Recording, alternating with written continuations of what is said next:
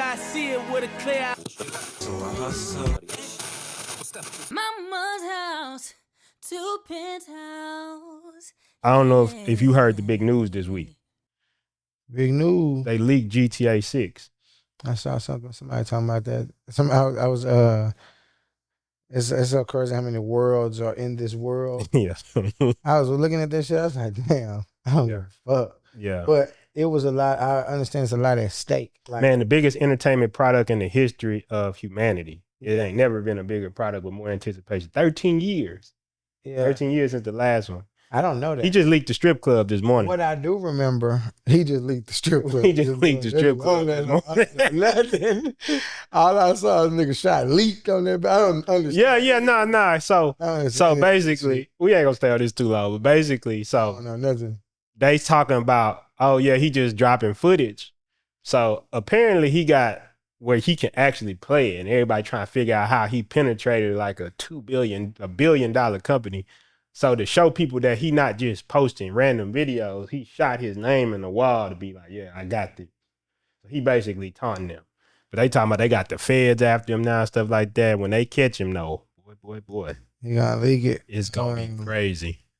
Yeah, it's a lot of money. This go to show you in business, man, you got the protocol they was talking about they put the people through in order to keep it from leaking, and it still leaks. It's crazy. That's why you don't play around with them hackers, man. Don't threaten them because they gonna find a way. But you know, a while back, I don't know if you ever seen the show Mr. Robot. One thing they said in there is like, if you can't hack the system, you can usually always hack a person. Because most of the time when people get in the system, it's because they found a way to like send somebody a spoof email or get past that person. So a lot of times the hack ain't like somebody went in there and they hardcore coding and they broke the mainframe or anything like that. It's like somebody clicked on a link. Yeah, you can infiltrate the whole you can infiltrate the just people system. Yeah. And get you a little email, get access. Now you like, you ain't have to hack nothing. You just in. Yeah. Because a lot of times they had to start enforcing difficult passwords because some people passwords is 1, 2, 3, 4, 5. Yeah. And then you just type the password. All of a sudden you in one of the most secure mainframes in the history of humanity. Right. Just because somebody didn't want to set a difficult password. Yeah. But yeah, no, they leaked it. They leaked it.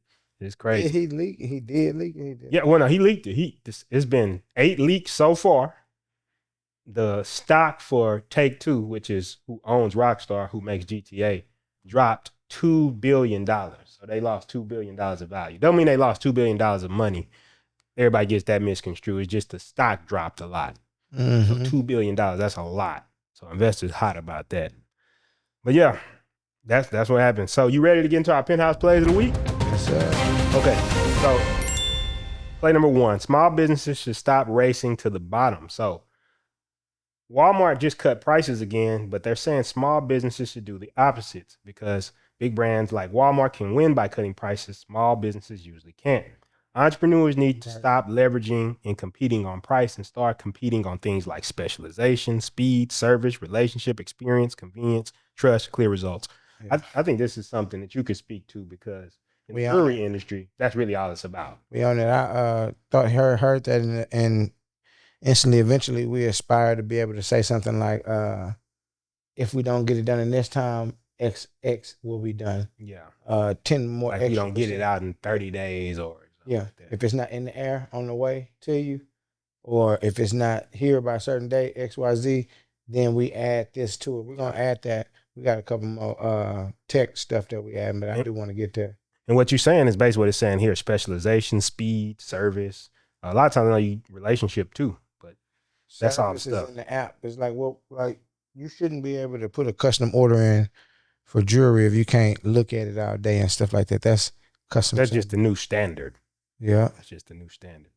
Okay, weekly play 2. Customers' trust is getting harder. So, can online reviews be trusted? New commentary says it's getting harder now to get trust from online reviews. Man, now I remember Turbo Fat Burner days when they was buying testimonials from one of those little sites. Yeah, that was a shocking world to see that you could just go buy like a 50 pack testimony. by a doctor saying some stuff. Yeah. It was just all right. And like you would think they'd be like, nah, I can't do that. They gonna put on the coat and say, hi, this the best product I've ever seen. Where you go get that from? It was You can go get that from Fiverr.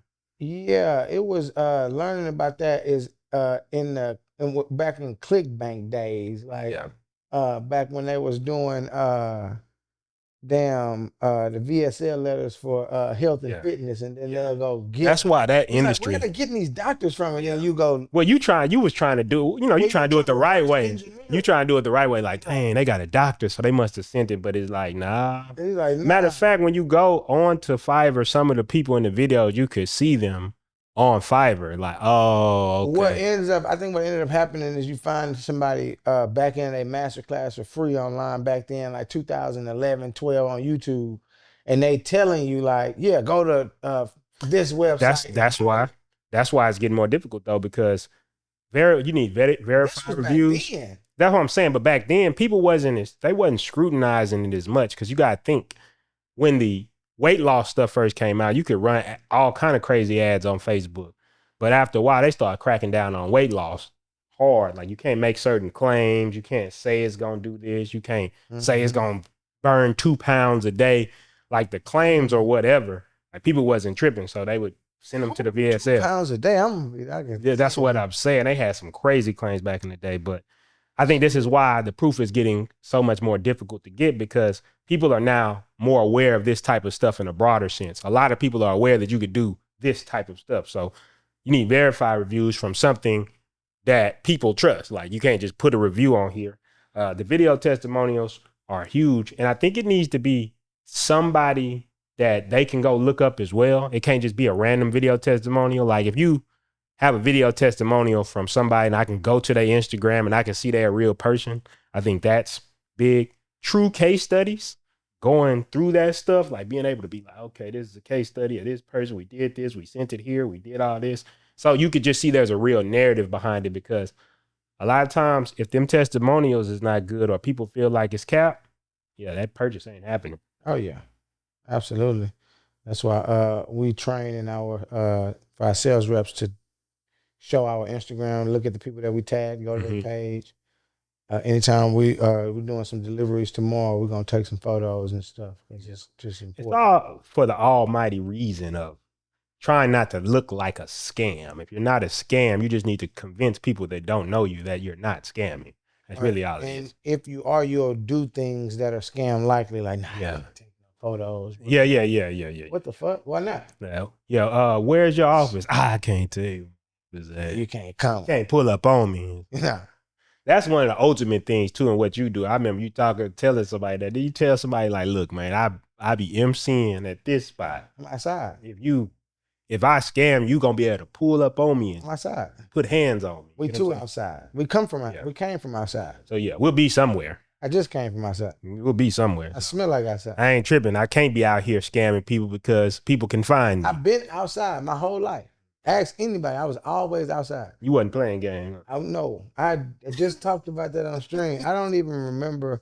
First time I watched TV, I was like 29, nigga. Man, stop it, man. I'm telling you, I never watched the full movie, bro. I'm telling you, I had to get a lady and sit down somewhere. The first time I watched TV, I don't even know what was on. I don't even know nothing, bro. I don't know. No, I've been outside. Bro, I'm telling you, I'm every day, nigga. I was dying laughing first time you tell me. I was like, man, you ever watch what? Nah, I was outside. I've been outside, bro. I'm outside. I've been outside. We talk about it all day. I can't. I'm outside. I need to sweat. I'm outside. So the economy is steady, but operations still need to be disciplined. So small business confidence is improving, but that doesn't mean owners need to get sloppy. Entrepreneurs should use positive momentum to tighten up systems, follow up cash flow, sales pipelines, customer retention, reporting. This is just basically saying that the economy is doing a lot better and people are using small businesses. So don't get sloppy now and be like, oh, the economy is doing better. Use this as an opportunity to go even harder, because as the economy gets better, that means people have more money to spend. Yeah. Not really much on that. Yeah. All right. Fast shipping is losing its grip. So customers may be less willing to pay extra just for speed. This is a reminder that convenience alone is not always enough. Businesses need to understand what customers actually value: speed, price, reliability, experience, trust, personalization, support. This feels similar to the first one, but in a different angle. We Right? stopped allowing people to pay for overnight shipping from the factory. We can do it from our New York office to wherever you are here, or from here to wherever you are. You know what I'm saying? But we don't let people overnight because you can't really offer it. We've been stopped doing that though. But don't you think in an industry like yours where you're doing custom jewelry, it's like it's an actual benefit. So what I'm getting at is like this. Let's say I'm shipping you that hat right there, right? Yeah. And I'm like, well, I'm gonna charge you $8 more to get it to you in a day. It's kind of like it's not a real value add. Mhm. Whereas if you were like, hey, look, pay $300, $400, $500 more to get your custom piece quicker, it's kind of like I'm moving your order to the front. So we have VVS Rush, which costs $600, and it's a part of it goes, majority of it goes to the fulfillment team. Yeah. And stuff like that. But it allows you to rush the order. Same thing. But that's what I'm saying. It's actually a value add versus it just being like, bro, you want me to pay $20 more to get it Monday versus getting it Wednesday? I'll just wait till Wednesday. We're gonna finish the production and we're gonna overnight it from the main factory. But overnight from the main factory still takes 2 to 3 days. Yeah. 3 days. For sure. You know what I'm saying? So makes sense to me. yeah. Like you got the speed, but it's more, I think it's more the service element to the speed is what I'm getting at. It's like you need something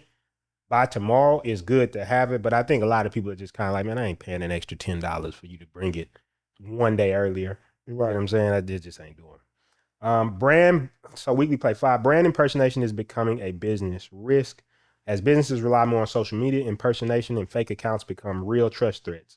How businesses can leverage this. Entrepreneurs need to protect their digital presence, secure social media accounts, monitor fake profiles, verify official channels, educate customers, report impersonators quickly, keep website contact info consistent everywhere. Verify official channels. I got a little PR situation going on. I need to ask them, can you still get the verification without paying? I don't know. I think you got to be like, I think maybe it's the old verification path. I mean, you just pay the monthly for that. I mean, it's good for businesses. You still are going to pay your PR team. You're going to pay to get verified because what it still is just placements on article. You're doing is you're making sure that you're tangible enough so they can say you're a real person. That's all. I think that's really is because. And it's still the same strategy. It's still the same verifications on the. Well, paying them directly is like, I got your credit card info. I got some information on you. So that's why I'm going to put a check on you because you just paid whatever the monthly is. If you keep paying, you probably a real person. That's even how you create your Google page. Like if you type your name in, your name doesn't pop up until you have reputable sources that have told Google who you are. Well, funny thing is they got things like Hicks. We actually get a discount. Like whenever we sign people up for the Funnelverse, we actually have it because we're an agency. We can get you Hicks. Hicks will take your information. Because every city has like 90 different local listings that you can be on, like Angie's List or some type of yellow paper, whatever, right? If you take that, what it'll do is take your Google information or whatever main source, and it'll make sure it's all consistent. So let's say you change your address. It's going to change it everywhere. So then Google's going to go look at all these different data points and say, oh, this business, they got all the information consistent. It's going to move you to the top of that chart. So that's like a simple thing that a lot of businesses don't understand that they can do. And it's not a very high cost thing to do, especially when you work with an agency that knows what they're doing, because they usually can get that at a decent price because they're doing it in bulk. You go buy it yourself, it might be expensive, but when you do it with an agency, a lot of times that's how it goes. Okay. And that was your Penthouse Plays for the week. Pretty good set of plays right there. I think that was solid, but we got an interesting topic today. So for Mama's House Mail today, we don't actually have a question for anybody today, but we asking a question. So this was a cool experiment. DJ was talking about this before we got going. So we asked AI, how would I make $1 million from scratch? In 2026? It don't say that. It don't 2026. I asked in 2026. Right. Yeah. So this is what it started off with. And I'm going to go through pieces of this because it gave me a pretty comprehensive answer. But I think a lot of the stuff that you go through, we're going to be like, yeah. Let it read it. Do he read? I don't know. Well, no, it's in Slack, so you have to do the whole thing. And It's not going to. we'll be sitting here for like 30 minutes.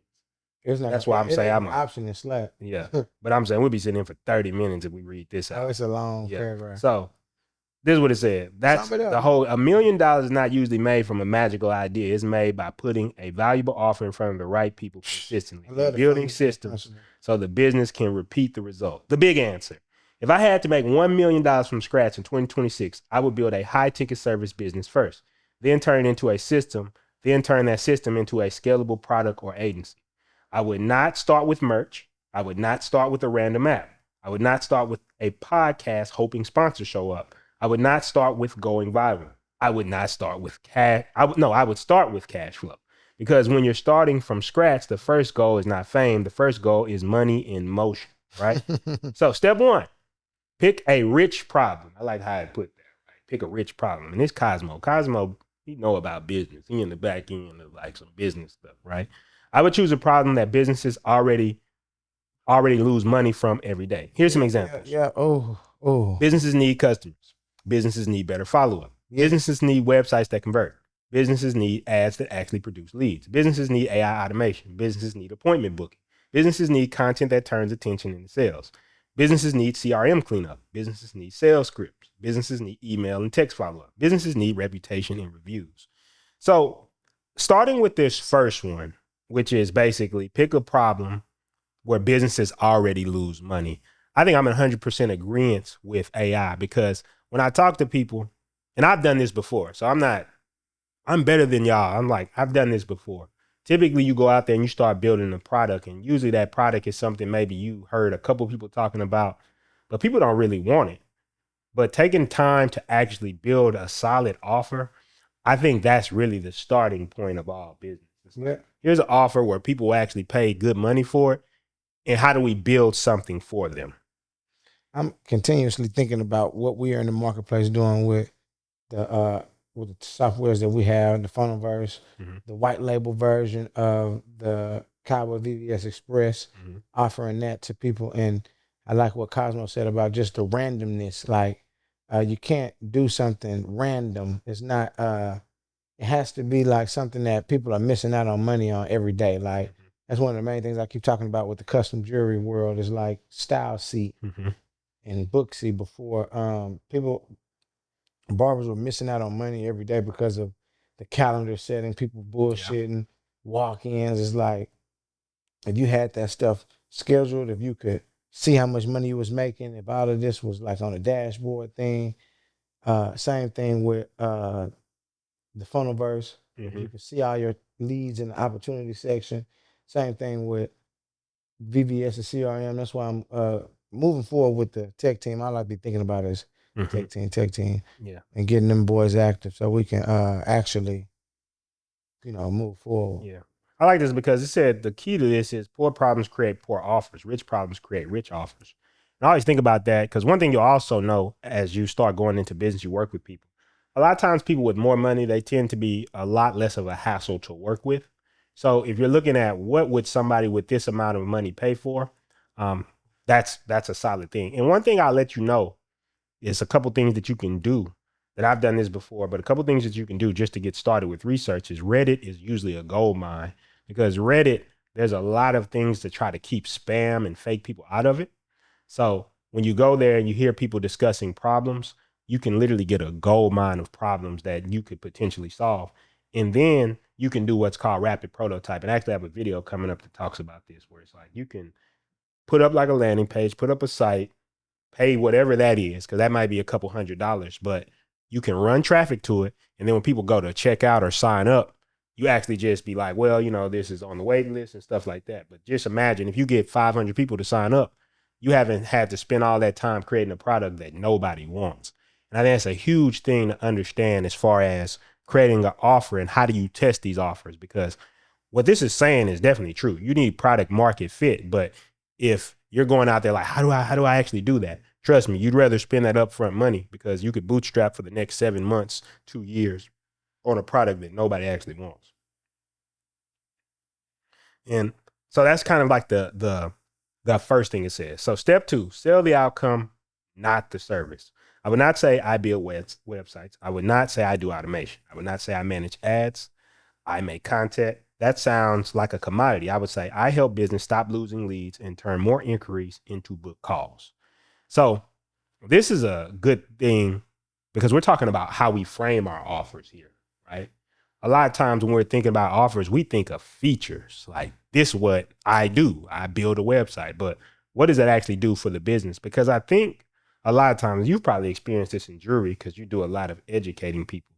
A lot of times the customer doesn't know the technical terms when they're entering the market. So they're really looking for some type of outcome. So jewelry, for example, if I'm guessing, it's not so much that I want a chain. I may want what the chain gives me when I go out to the club, how I'm perceived with the jewelry and stuff like that. Mm-hmm. And in layman's terms, even in the smaller point, at like just how it looks, you might not understand what a tennis chain is or kicker.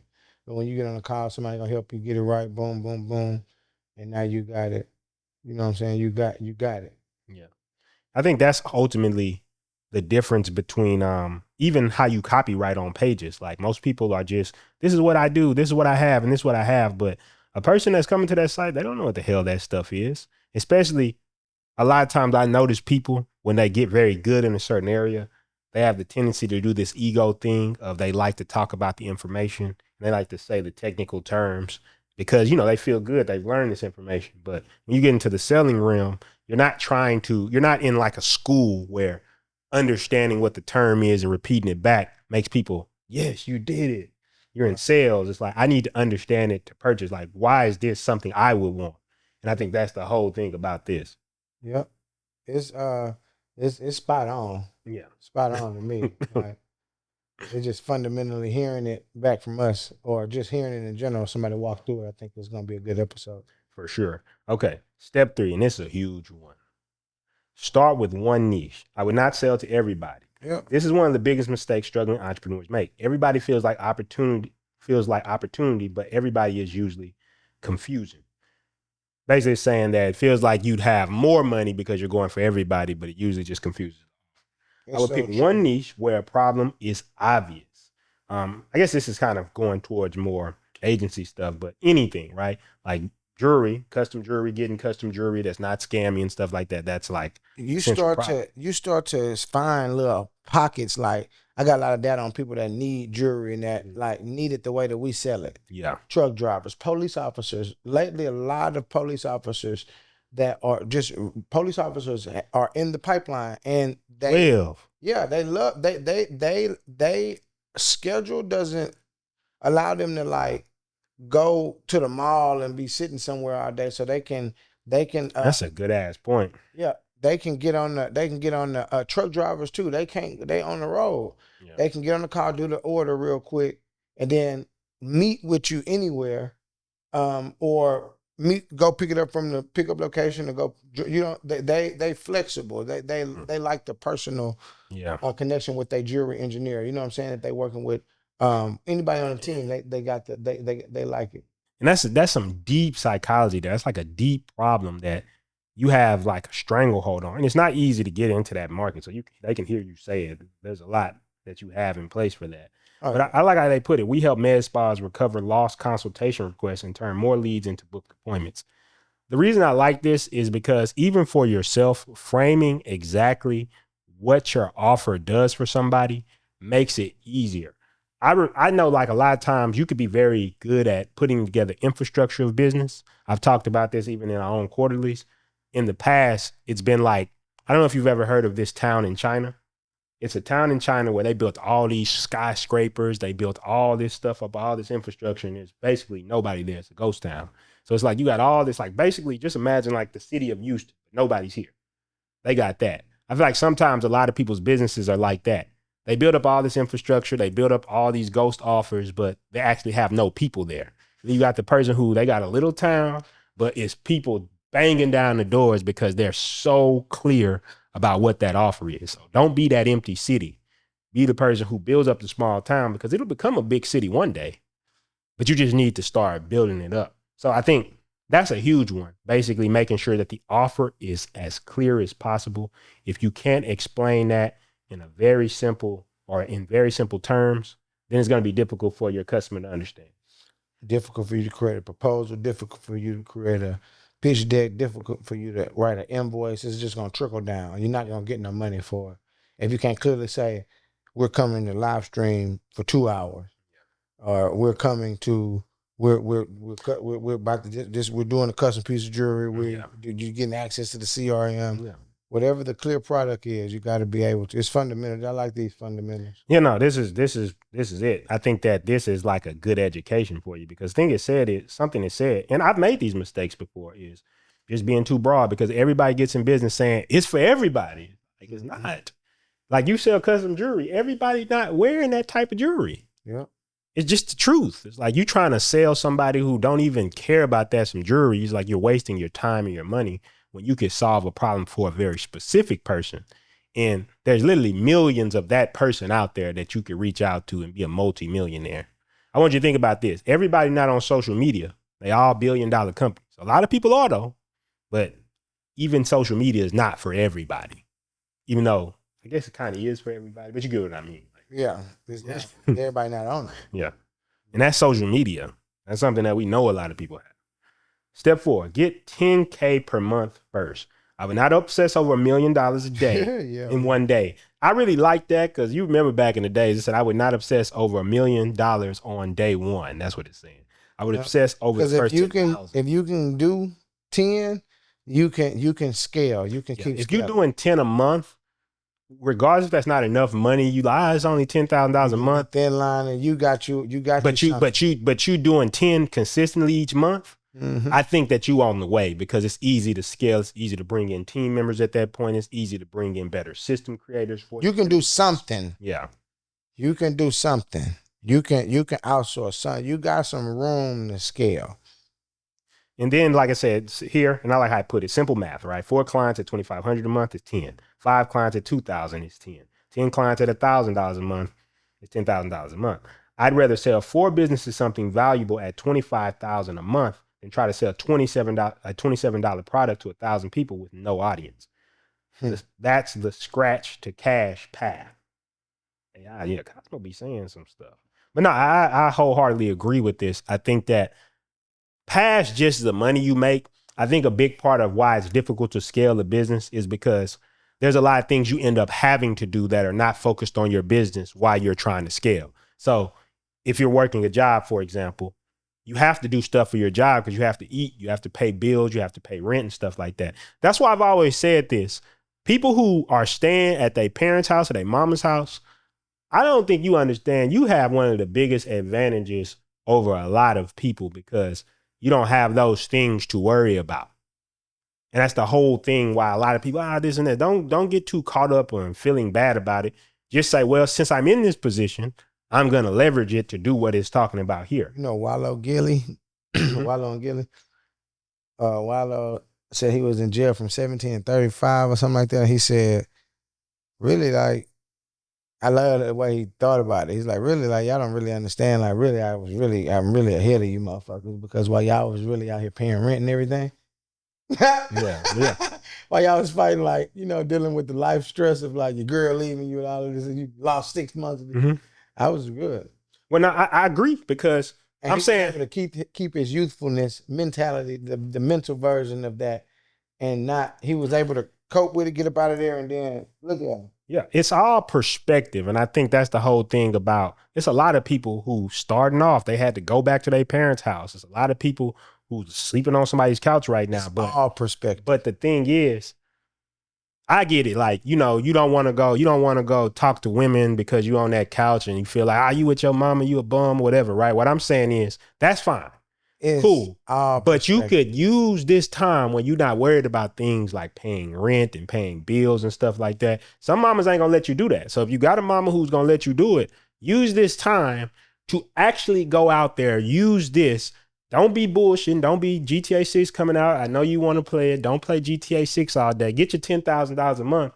Then you can get to a point where you can go play it as much as you want because you'll have enough money to build an actual business. That's what I'm saying. Just take a couple months to be like, you know what? I'm about to lock in. I'm about to do the things that we're talking about here today and get there. Because like you said, that's an amazing perspective of like everything is about how you're looking at it. You probably worried about other people when it's like, you got a blessing. Man, right now, they talking about that guy, the guy that's 40 doing the dancing or something. I don't know. It's a topic. There's just people's perspective. But to open your brain up a little bit more, I'm not 100% accurate on this, but go look up James Brown and how old he was during his career. Like, if I'm not, I don't know how accurate this statement is, but James Brown might have started popping when he was around a certain, like, higher up. You know what I'm saying? Like, he was yelling. He was 60 touring. Yeah. What are y'all talking about? He was the number one artist, you know what I'm saying, in the world. Like, what this perspective. Man, I think that, you know, when you get into the masses, I don't mean that to be funny, like society, I think people say that as a buzzword. I just think when you're in the general consensus of people, they have all these opinions and ideas that don't really matter once you succeed. No matter what background you come from, people are going to talk about you. Somebody, you come from your mama's house, they're going to say, oh, he had his mama helping him. You was homeless and say, nah, but people, they're going to have some reason why you had an advantage that they didn't have. So I would say, focus on your strengths. If you have a situation that allows you to really lock in and focus on your business, lock in and focus on that business. Because I'll tell you this, it ain't going to matter when you're at the top. And the people who really want help, they're not going to care how you got there. They're going to care what value you actually putting out in the world. Everybody else, they was going to hate anyway. All right. Use outreach before content. Content is powerful, but content can be slow. If I'm starting from scratch, I need conversations now. So I would not do a direct outreach. So I would do direct outreach every day. Not spam, not begging, not, hey, can I pick your brain? Real outreach. Example. Hey, I notice your business is running ads, but your booking flow has a few spots where leads may be dropping off. I put together 3 quick fixes that could help you convert more inquiries into appointments. Want me to send them over? That is better than, hey, I do marketing, need help? The goal is to start conversations around the problem they already care about, and then do daily numbers like 50 targeted messages per day, 10 follow-ups per day, 5 Loom audits per day, 2 sales calls booked per day. That's not glamorous, but it works. Most people don't need a better idea. They need more serious activity. I think this just goes down to the point of, we talked about this in a lot of our quarterlies, like you can have the infrastructure. Once you have a clear offer, you have clarity. Then you need sales conversations. And I think a lot of people, they'll have a good idea. They'll even have a good business, but the sales conversation is low because they don't want to do outreach, probably because of rejection. Or maybe they don't have a sense of creating content. They don't know how to make content. They don't want to get in front of a camera and put a. Well, this is talking about direct outreach. This is like hitting people up. Yeah, which doesn't even require you to do none of that. That's why they're saying that. Like, this is direct content, direct outreach. I'm already knowing you probably finna say you can't make no video. We talking about making a message and sending it to 20 people. And then we just gave you an example, right? So this could be for anything, right? Like it could even be for custom brew if you want it. I mean, affiliates doing it. Well, once we get Money Games back active and going, I gotta get them back in there, and then we are sending messages out in the morning to get people to use our link to book on a webinar. So, hey, I see you already got jewelry, so we targeting certain people that follow certain people and all of that. It's the same thing. Yeah. And if you put out these type of numbers daily, right, this is the huge thing. We're about to go into a big initiative like this as well. So the fact that it's saying this stuff is so spot on. But maybe Cosmo's saying this because Cosmo has some insight on some of this stuff. We asked it in our Slack. Yeah. Too. So maybe that's why the energy is geared towards what? Like, well, yeah, it's agency stuff. Yeah. But it's like, but the point still stands, like targeted outreach. Like you need to be hitting people up every day. Like one of the most powerful things I saw was you can hit your friends up, but you don't ask them to buy nothing. You say, hey, I just started this business. Do you know if you know anybody would be interested in this? And a lot of times they'll either send somebody to you or they'll be like, oh, I'm actually interested in that. But you didn't try to sell them. Which fundamentally, it doesn't require you to be clear on the product. You see what you just said? You got some people that's interested in this. What is this? Yeah. Fuck is this? Well, no, I'm saying that as an example. No, but maybe they might. No, I'm saying you would hit them. You would hit them up. They would hit. I think they. No, I'm saying you would hit them up. you would hit, if they didn't pay attention to this other stuff, clarity was like step 3. Yeah, but I'm saying, like people would do that. take any example, right? Hey, I just opened a business that helps the thing that it said here earlier, if I can find it, right? Hey, I just opened a business that helps med spas recover lost consultation requests and turn more leads into book appointments. I can see him saying that. If you know anybody who needs this type of service, could you pass on my information? Right. But if they were a med spa, they would be like, hey, I actually need that. Yeah, but you didn't sell it to them. You did, oh, okay, yeah, we could talk about your business too. And the thing about hitting up people, there's an end of that wall, so that's exciting. Mm-hmm. You know what I'm saying? So you're like, yes, I finished. Looking ass. Nah, get in the field where it ain't no end. So hit them up. You can do that, but then also you can hit other people up. But if you know you're going after med spas, it's super simple because some of the med spas you hit up, there might be thousands of med spas. Some of them you hit up, they're going to say, yeah, I actually am having a problem with that. Yeah. You're doing this every day. I don't think you'll have too much of a problem. Like that guy who be cold calling businesses. You talk shove a, are you the fucking owner? The fucking owner. Shove a brick up your ass, you fucking cocksucker. You want to make some money? We'll make some fucking Will money. call me with that shit there. You want to make some fucking money, you fucking dipshit? Some of them say, yeah. Yeah.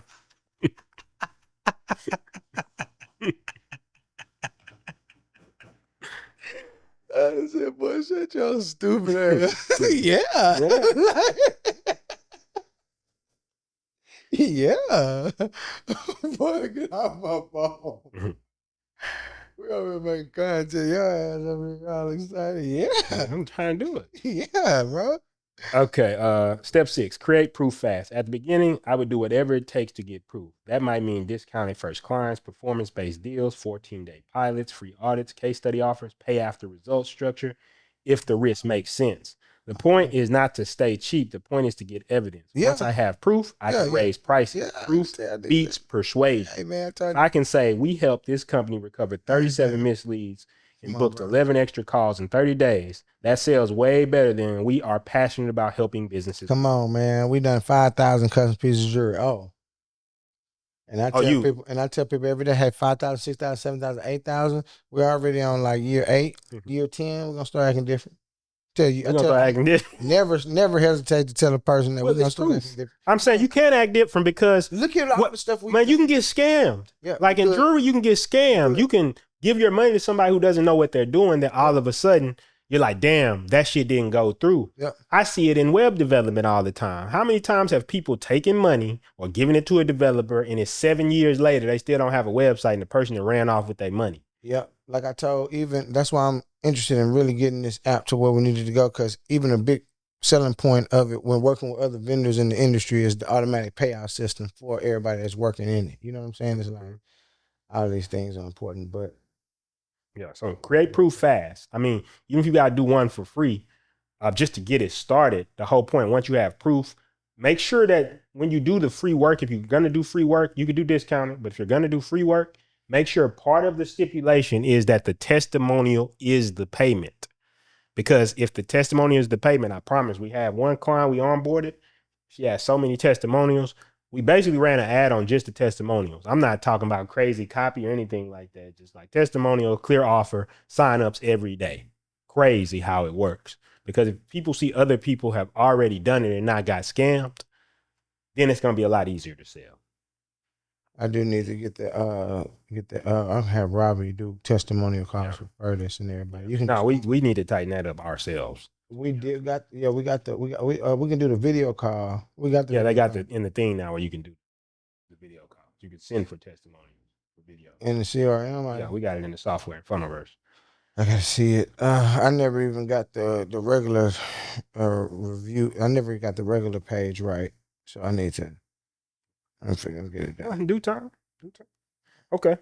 Step 7, turn delivery into a repeatable system. This is where most entrepreneurs mess up. They get clients, then every client becomes a custom nightmare. Yeah. A custom nightmare. Pay attention to that. That kills scale. So I would build the same system every time. Audit their current lead flow, fix the landing page or form. Now, this is going into very specific things for an agency. But what I want you to take from it is this.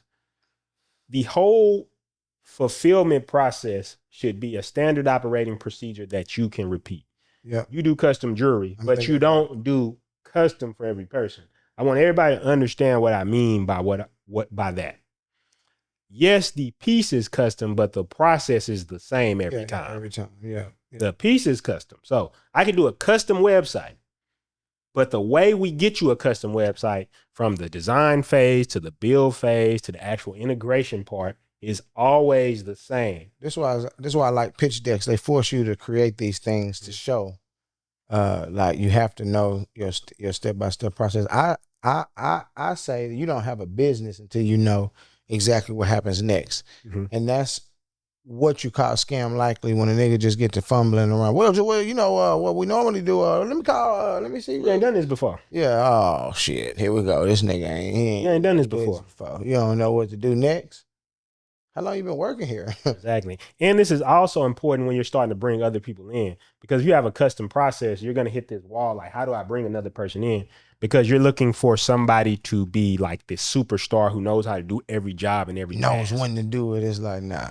I remember first starting off with websites, it was very difficult for me to scale because I didn't understand that I was doing the design and the build. And a lot of times those are two separate people.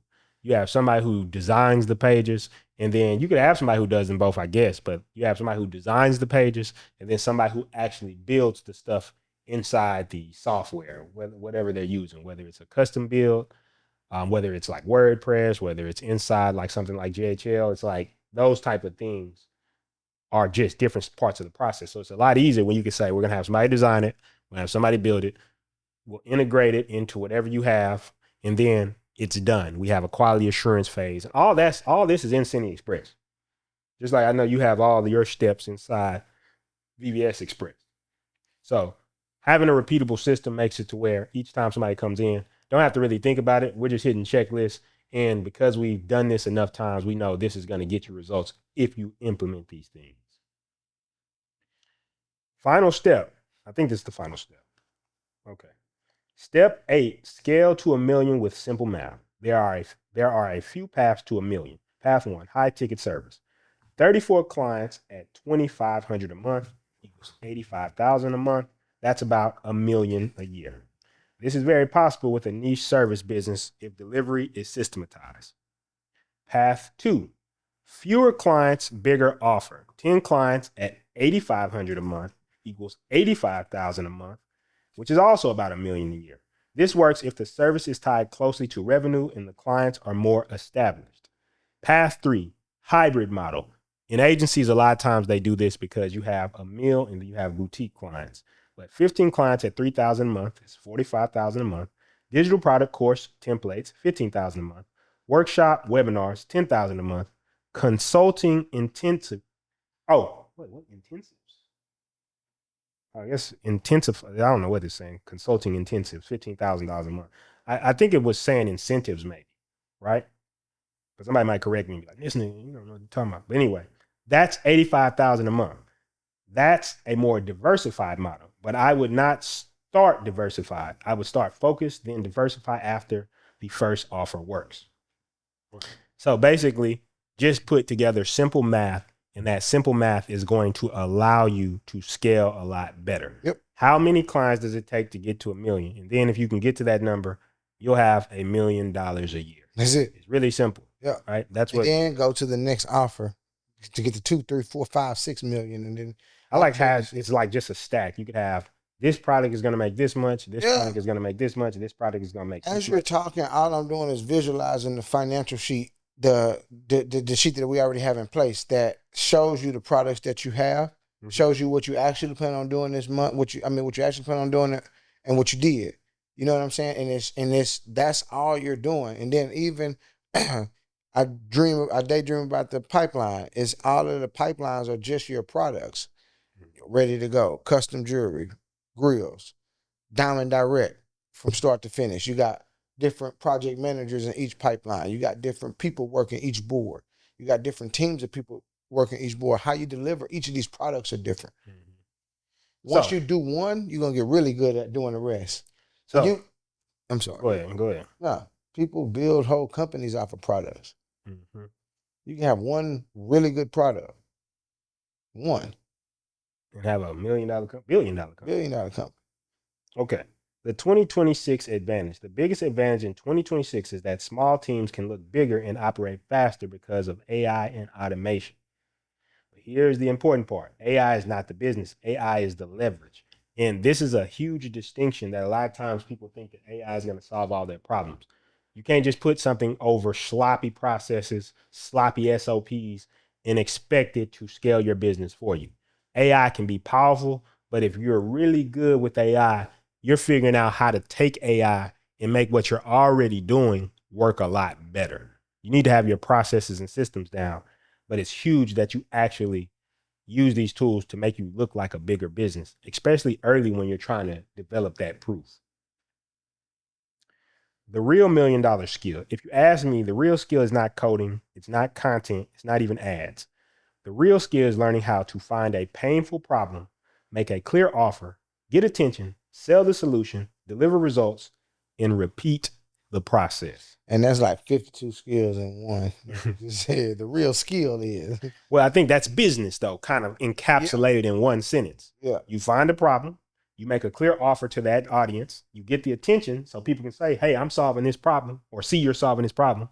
You sell the solution to them, you deliver the results that you said you could, and then you repeat. This is really business.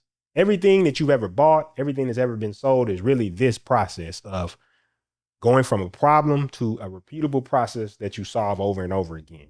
Dealing with a client asking for pictures. As soon as I get off of this, the process is go to the app. If they're not in there, we call the project manager. The project manager rushes on getting the pictures in the app for that client. This is the process. That's it. There's nothing else to it. And then you just scale the process. Yep. You put some more people in charge of communicating, put some more people in charge of instantly putting pictures where they need to go, whatever you need to do.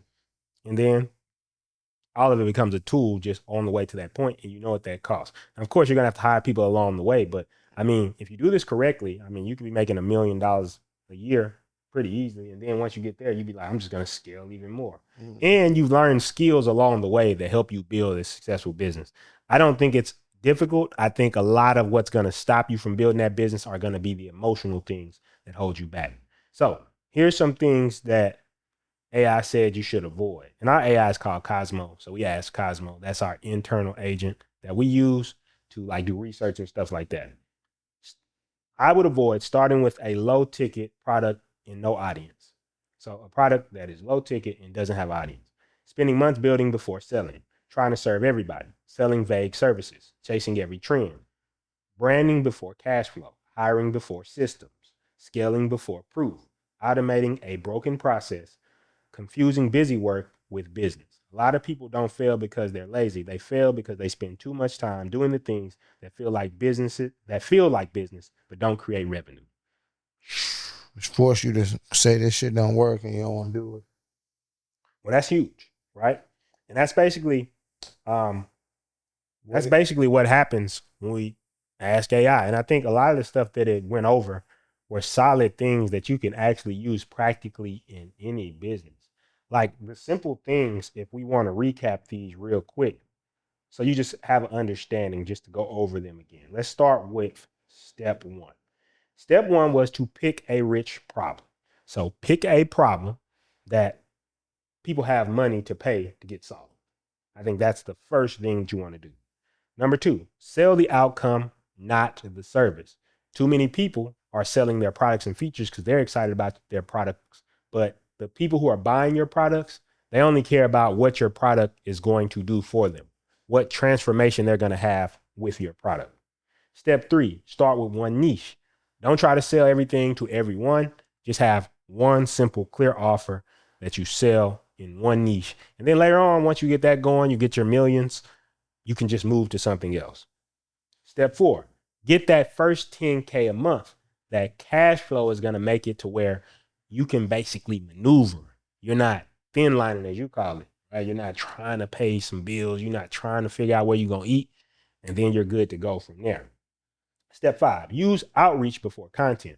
So have some type of outreach system that you can do so you can start sales conversations every day. I think that's a huge one. Step six, create proof fast. We want to quickly get people in there so we can have testimonials, video proof, so we can use that to sell other customers. So even if you have to do free work sometimes, if it's possible to do free work or discounted first clients, anything to get them in there so you can prove that the service works, and then you can use them as testimonials, because once you have proof, the process is going to go a lot faster.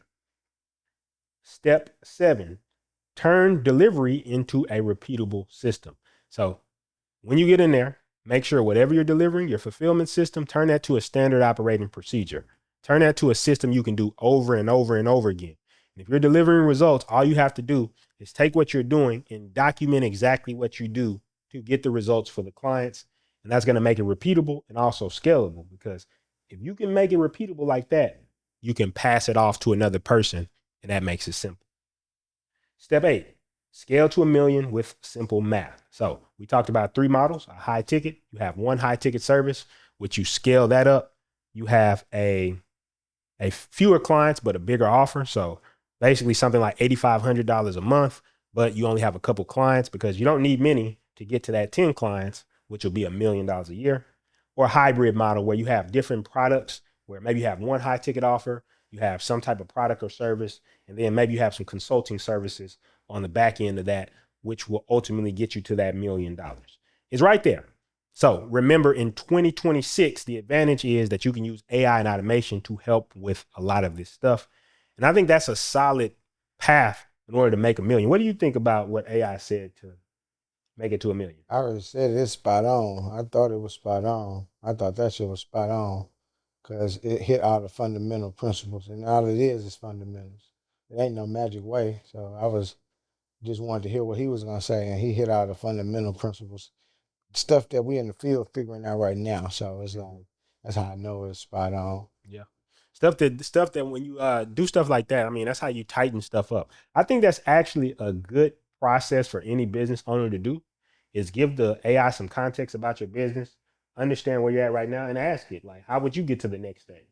How would you get to, if you're making $1 million, how would I get to 10 million? And then I think it's going to give you some solid stuff like that. And that's solid stuff that anybody can implement in any business. So with that being said, you got any final thoughts today? Shorter one today. Man, that's a good episode. A tight episode. What AI said about me becoming a millionaire in 2026 right now. Get live. Yeah. Cowboy VBS, Country Cowboy, 2 Wise.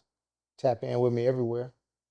Yeah, we streaming everywhere. We got everything coming out. We got some new everything, man. Just follow everywhere. Stay active. Yeah. My thoughts are, just take this stuff and really implement this stuff and use it. Pretty soon we'll have the UBB Mentor group going up. We have a conference that we're working on right now behind the scenes. And more importantly, make sure that you're not using Mama's House or Penthouse as just passive information. Go out there and actually implement this stuff. And if you need assistance with that, we're here to help. Prinston Hicks on everything, PRINSTON HICKS. Make sure that you come to the webinars on Tuesday, 24-Hour Empire, because a lot of this stuff that we're talking about in here, this is what we help you implement when you get on that webinar. Repeatable system, so your customers get in there, they get fulfillment, and they make sure you're successful. And another thing we do to help with that is once you sign up, every Wednesday, we have a seminar, and that seminar basically goes over the 3 fundamentals of your business: lead generation, lead conversion, lead retention, which is a lot of the principles that we're talking about here. So that's powerful. We gave you a pretty solid plan if you want to move to the $1 million. I'm anxious to see who's going to implement these principles and use it in order to be successful. Anything to say before we get out of here? Let's get it. I came up from nothing. Started from the bottom. I see it with a clear eye. So I hustle. Mama's house to penthouse. Yeah.